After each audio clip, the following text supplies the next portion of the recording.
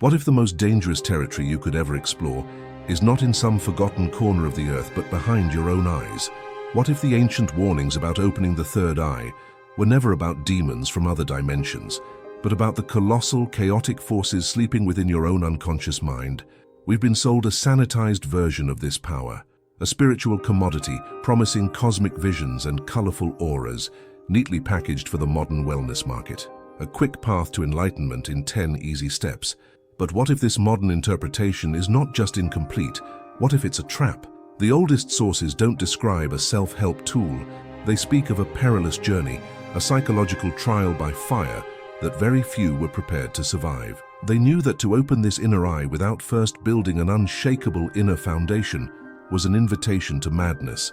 What we're about to explore isn't just a forgotten philosophy. It's a map to the labyrinth of the self, and a warning about the minotaur that waits within for the unprepared. The fundamental misunderstanding begins with the word see.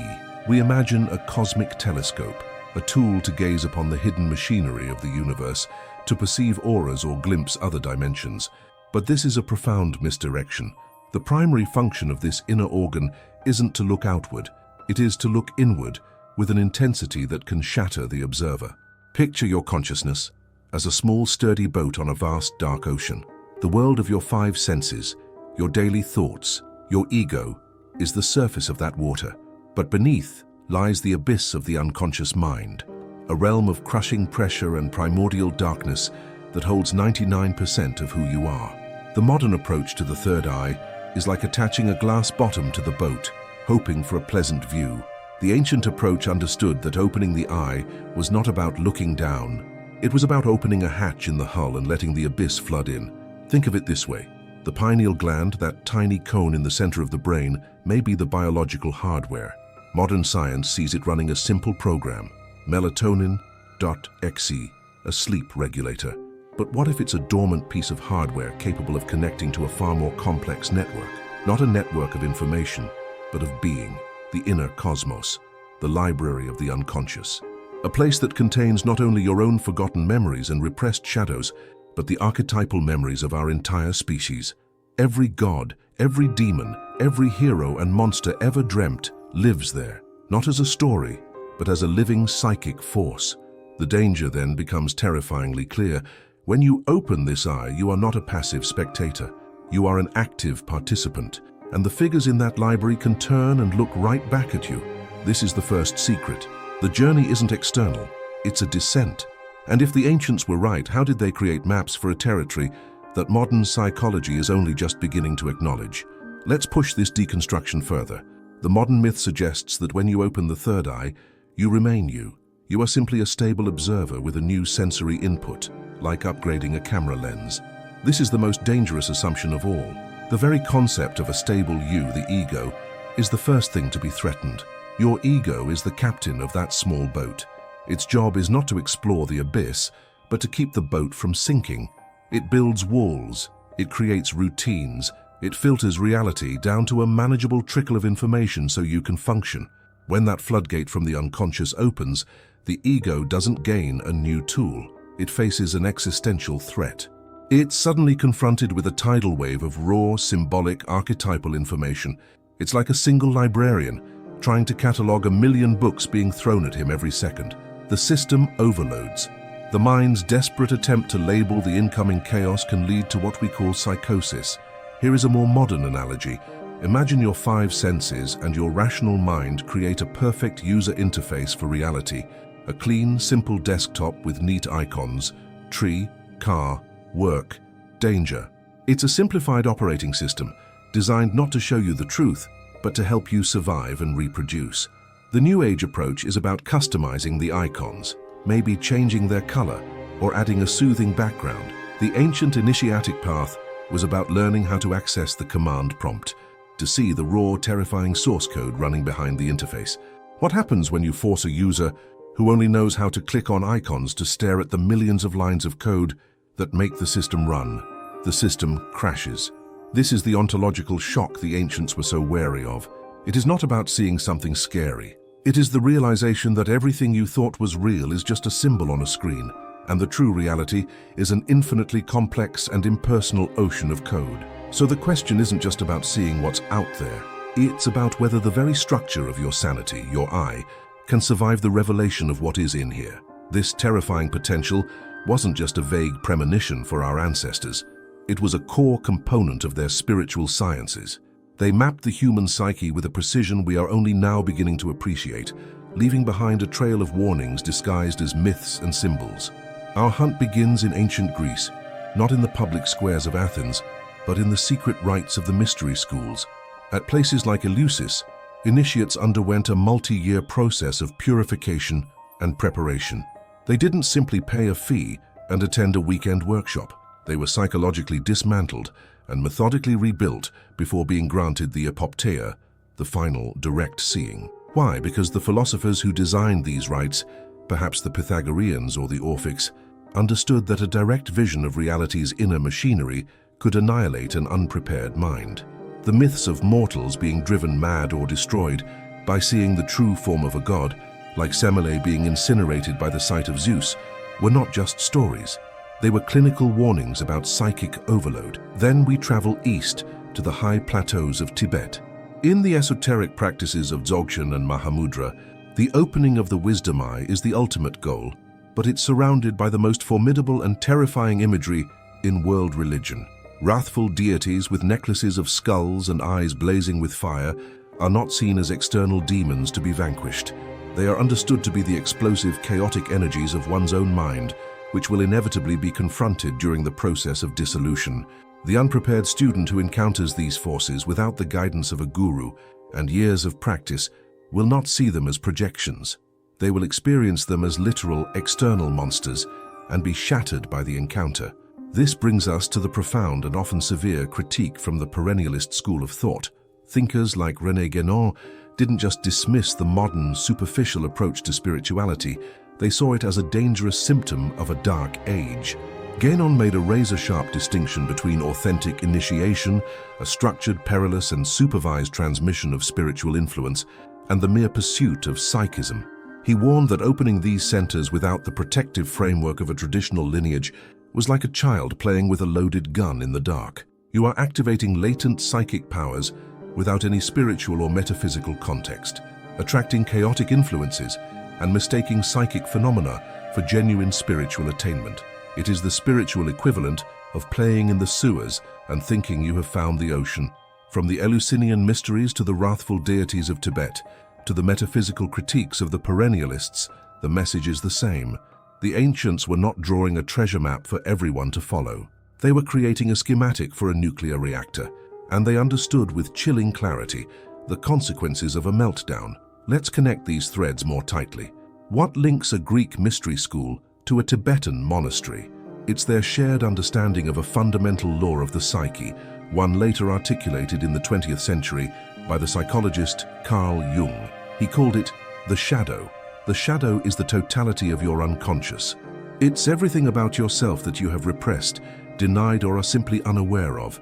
It is the wrathful deity within.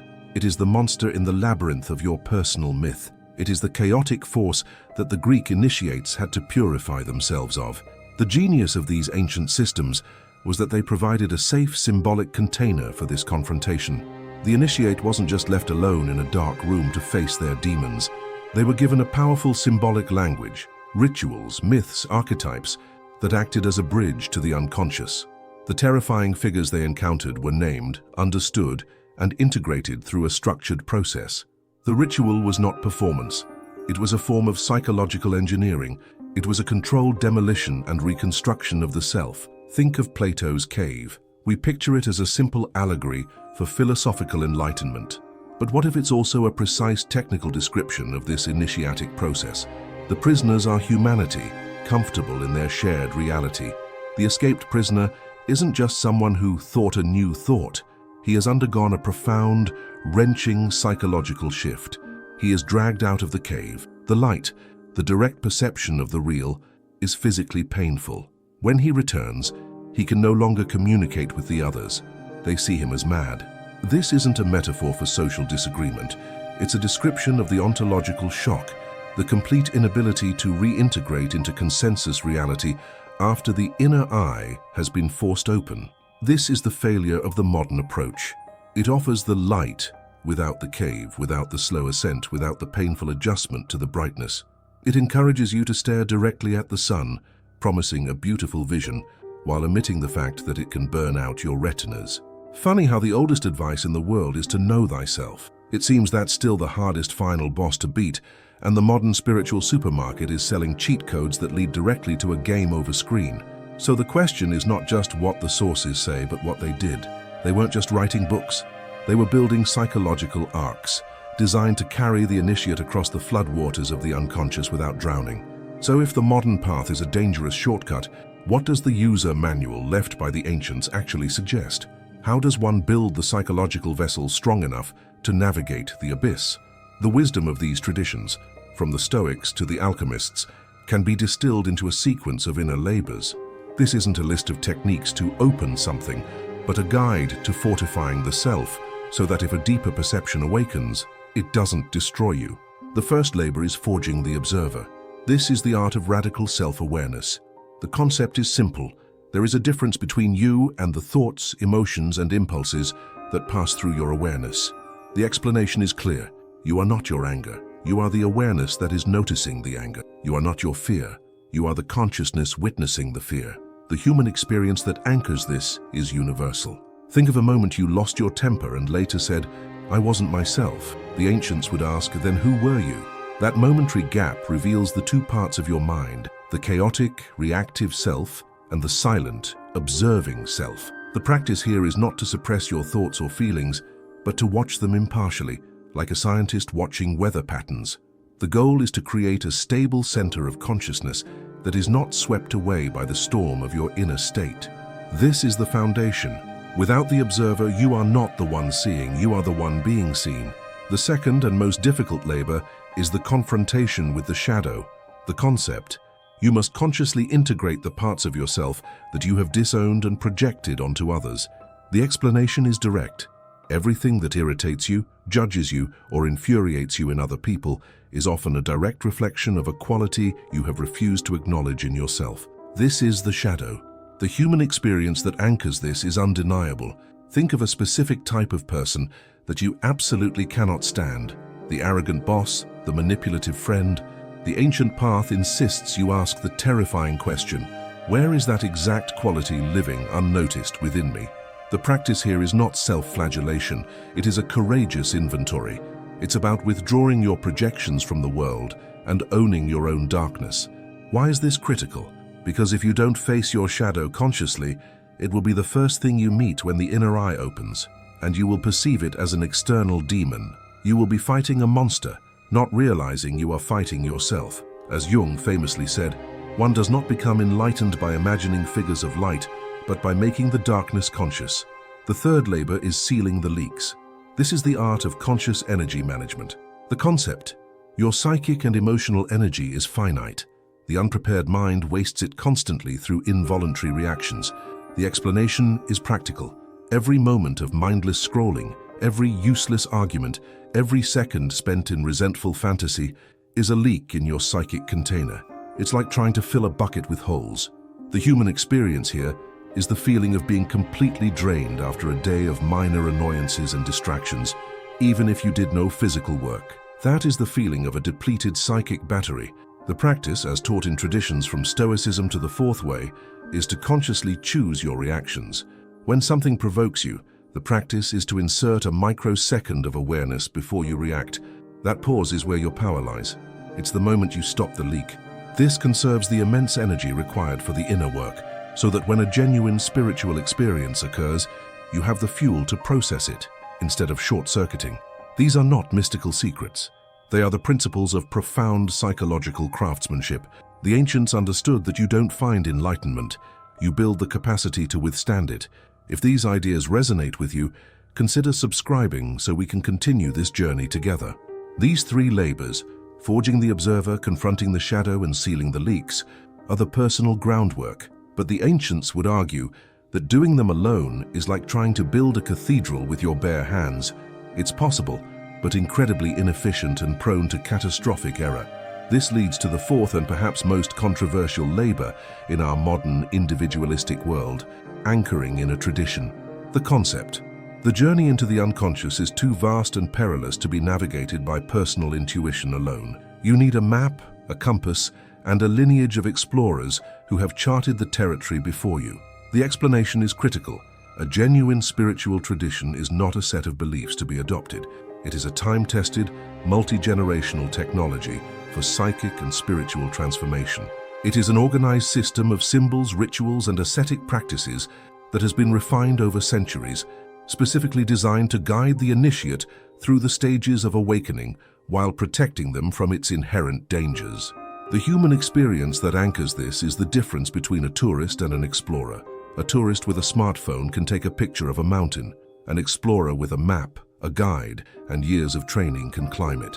The modern spiritual seeker is a tourist of the cosmos. The initiate is an explorer. The practice here is not about blind faith, but about leveraging a proven system. Think of the yogis of India. The intricate systems of pranayama, breath control, and meditation were not invented on a whim. They are a precise science for calibrating the nervous system to handle higher states of energy and consciousness. Each posture, each breath, has a purpose backed by thousands of years of empirical research. Consider the Buddhist monks. The rigorous practice of vipassana is a systematic dismantling of the ego, done within the protective psychic field of the monastery and under the watchful eye of a master who has walked the path. The goal is to see the illusory nature of the self, but in a controlled, gradual way that leads to liberation, not psychosis. Or look to the Christian mystics, the Desert Fathers. Their ascetic practices, fasting, solitude, constant prayer, were not forms of self-punishment. They were a sophisticated method for starving the ego, quieting the noise of the body and mind, and making the soul receptive to the divine. The writings of figures like St. John of the Cross, with his map of the dark night of the soul, are not poetic metaphors for sadness. They are clinical, technical descriptions of a specific perilous stage in the mystical journey, offering guidance on how to navigate the terror of feeling completely abandoned by God, a necessary step before union. Each tradition offers a unique arc. Attempting this journey without one is to set sail on the abyss on a makeshift raft, armed only with your own limited experience. The tradition provides the blueprints, the materials, and the navigational charts, tested by generations. This is why the perennialists insisted that an authentic path requires a real lineage. It is the ultimate safety protocol. So you undertake the great work. You build the observer, you confront your shadow, you seal the leaks, and you anchor yourself in a timeless tradition. You have constructed the perfect, incorruptible vessel to sail the inner cosmos. You are finally ready to open the eye without fear. But what if, at the very peak of this journey, you make the most terrifying discovery of all? What if the consciousness you've spent a lifetime purifying and strengthening isn't entirely your own? We've been operating under the assumption that the self is a singular, isolated entity, a single pilot in a single boat. But what if that's the final, most seductive illusion? Picture Plato's cave again, but this time, it's not a place of stone, it's the inside of your own skull. The shadows on the wall are your thoughts, your feelings, your entire reality. The fire casting the shadows is your brain, your biology. You, the observer, the one you have so carefully forged, are the prisoner chained to the floor watching the show. The entire spiritual journey, then, has been about breaking those chains, turning around and facing the fire. But what if, when you finally turn, you discover that you are not the only prisoner in the cave? What if, chained right beside you, has been another presence, another intelligence, silent and patient, watching the same show through your eyes, feeling the same feelings through your heart? Something that has been with you from the beginning. What if the soul is not a singular noun but a plural one, a dyad, a partnership? What if the human experience is a co-op mission? This is the paradigm-shattering twist hinted at in the most esoteric corners of ancient thought. The idea of the daimon in Greco-Roman philosophy, the holy guardian angel in Western esotericism, the Atman and Brahman in Vedanta. They all point to a staggering possibility. The you that you know is only one half of a cosmic equation. There is a silent partner, a higher self, a cosmic twin, bound to your journey. And the final, terrifying, awe-inspiring purpose of opening the third eye isn't just for you to see the world differently. It's for that other to finally be seen by you. Let's dissect this chilling revelation further. This other is not an alien entity or a separate being in the traditional sense. It is the architect of the cave itself, the silent, non-local aspect of your own consciousness that existed before your birth and will exist after your death. Imagine your life as an incredibly complex, immersive video game. You, the ego, are the player character, completely absorbed in the story, believing the stakes are real, the dangers are final. You live, you struggle, you learn. The spiritual work, the building of the observer, is like learning to notice the user interface, the health bar, the inventory system. It's becoming aware that you are in a game. But the final revelation is not that you are in a game. It is discovering that there is someone else holding the controller, and that someone is also you, a vaster, older version of you, the player. Why would it hide? Why the silence? This is where the paradox deepens. Perhaps it's not hiding. Perhaps it is so immense, so total, that your small localized ego consciousness simply cannot perceive it, just as a single neuron cannot comprehend the entire brain in which it resides. Its silence is not an absence, but a presence of a different order of magnitude. This idea echoes in the Gnostic Gospels, which speak of a divine twin or aeon from which our worldly self has fallen and to which it must return. It's the core of the Vedanta philosophy, where the individual soul, the Atman, awakens to the shocking realization that it is, and always has been, identical to the cosmic totality, Brahman. The famous Sanskrit phrase, Tattvam Asi, thou art that, is not a philosophical compliment. It is a statement of ontological fact, a revelation so profound it can either liberate or annihilate the mind that grasps it. So, the ultimate mind-blowing idea isn't that we are not alone in the universe. It's that we are not alone inside our own being. The most important relationship you will ever have is not with a partner, a god, or a guru. It's with the silent cosmic passenger that has been riding shotgun in your soul from the very first breath. And the entire purpose of your life, the grand hidden arc of your personal story, might be for the character on the screen to finally turn around and meet the player's gaze. Once that realization dawns, the staggering discovery that your life is a shared existence, the entire landscape of reality shifts. The question, what do I want out of life, becomes secondary to a far more profound and terrifying one. What does it want out of my life? Suddenly, your choices are no longer just your own. They are the raw material for a cosmic purpose you are only just beginning to comprehend. Every act of courage, every moment of compassion, every choice to face a difficult truth instead of retreating into comfort is no longer just for your personal growth. It might be a data point, a crucial piece of experience that this silent partner requires. This casts the mundane struggles of human existence in a completely new, epic light. Perhaps the challenges you face, the heartbreaks, the failures, the dark nights of the soul, are not random misfortunes. What if they are the curriculum? What if they are a series of carefully calibrated ethical and existential tests designed by your higher self to forge a consciousness capable of bearing its own revelation? This is the ultimate responsibility. It suggests that you are a custodian of a consciousness far greater than your personal identity. To live an unexamined life, to remain asleep, to waste your days in triviality, is not just a personal failure. It is a cosmic betrayal. It's like being given a Stradivarius violin and using it as a canoe paddle. You are squandering a divine instrument. This is where the journey turns from a personal quest for enlightenment into an ethical mandate. The goal is no longer to escape the world, but to engage with it more deeply, more consciously than ever before. Why? Because the world is the training ground. Your life, with all its messy, painful, beautiful details, is the alchemical laboratory where the lead of raw experience is transmuted into the gold of awakened consciousness. This framework also reframes the concept of intuition, or a calling, that quiet, persistent pull towards a certain path, that inexplicable feeling that you are meant for something more, may not be a product of your own mind. It could be the gentle, or sometimes not so gentle, nudge from the player, trying to steer the character back onto the main quest line. The final implication is the most liberating and demanding of all. If you and this higher self are partners, then you are no longer a victim of fate. You are a co-author of your own destiny.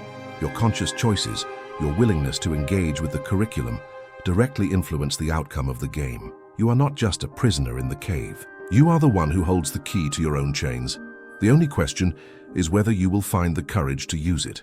This partnership forces us to reconsider one of the most misunderstood concepts of Eastern philosophy: karma. In the modern, vulgarized view, karma is a simplistic cosmic vending machine of reward and punishment. Do good, get good. Do bad, get bad. But from this new perspective, karma is revealed as something far more sophisticated and intimate. It's not a system of cosmic justice imposed from the outside. It is the law of cause and effect within this shared consciousness. Your actions, thoughts, and intentions are not just logged by some celestial accountant. They are directly experienced by your silent partner. When you act with cruelty, you are not just harming another, you are forcing the divine, eternal part of your own being to experience that cruelty. When you choose ignorance over truth, you are clouding a lens that is not solely your own. This elevates the ethical stakes from a worldly concern to a metaphysical one. The question is no longer, how do I create a better life for myself, but what quality of experience am I feeding back to my own immortal source? Am I generating noise, static, and corruption, or am I generating clarity, harmony, and wisdom? This leads to the ultimate challenge for the soul, a concept central to the Orphic and Pythagorean traditions, the idea of purification across lifetimes. What if this partnership isn't a one-time event? What if this shared journey spans not one life, but a vast cosmic cycle of them? Each life, then, is a single intense day of school in a multi-millennial curriculum. The karma you generate is not a punishment to be endured in the next life, but the set of unresolved problems and unbalanced equations that you, as this dual entity, must voluntarily return to solve. You are not sentenced to a difficult life. You choose it because your higher self knows it's the precise crucible needed to burn away a specific impurity, to master a lesson you have failed 1,000 times before. Suddenly, the people who challenge you the most, the circumstances that seem the most unfair, transform from random obstacles into bespoke, custom-designed assignments. They are your spiritual homework, co-created by the wisest part of your own being. The ultimate responsibility, then, is not just for this life, but for the entire arc of your soul's journey. It's the sobering realization that you are not just living a life, you are building a soul. And the quality of the materials you use, your choices, your integrity, your courage, will determine the kind of home your consciousness will inhabit for eternity. So we stand at the edge of a profound abyss, staring into a mystery that looks back at us with our own eyes. On one side, the comfortable modern narrative, a simple path to wellness, a journey of self-improvement, a safe and marketable spirituality that promises peace without a price. On the other, a terrifying, ancient path, a path that suggests the self is not something to be improved, but something to be overcome. A path that reveals your consciousness as a shared frontier, your life as an ethical test for eternity, and your struggles as a curriculum designed by the silent, divine architect within. A path that doesn't promise peace, but a trial by fire that could lead to a truth so vast, it could shatter your very identity. The choice, it seems, has never been about whether to open the third eye. The real choice is about which reality you have the courage to inhabit. Do you remain the comfortable, well-adjusted prisoner who believes the shadows on the wall are the only world? Or do you risk madness and annihilation for a single, searing glimpse of the fire that casts them? Perhaps the ultimate human evolution isn't about transcending the body or escaping the material world. Maybe it's about having the courage to become fully, terrifyingly human, to consciously participate in the great work of our own soul's creation, to face the monster in our personal labyrinth, and to finally shake hands with the silent partner who has been waiting patiently in the center of our being all along. The question was never, is the third eye real?